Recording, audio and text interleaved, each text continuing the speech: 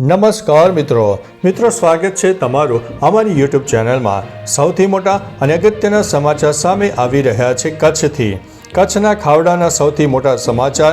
દિવાળીના સમયે રોડ ઉપર ટ્રાફિક વધારે જોવા મળી રહ્યો હોય છે।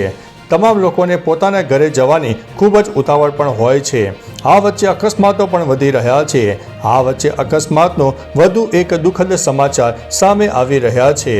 કચ્છ જિલ્લાના ખાવડા ભીરંડીયારા વચ્ચેના માર્ગ પર ઇકો વાહન અને ખાનગી બસ વચ્ચે થયેલી ભયંકર ટક્કરમાં 2 વ્યક્તિઓના મૃત્યુ થયા હોવાના અહેવાલ મળી રહ્યા છે, જ્યારે અનેક ઘાયલોને તાત્કાલિક હોસ્પિટલમાં ખસેડવામાં આવ્યા છે।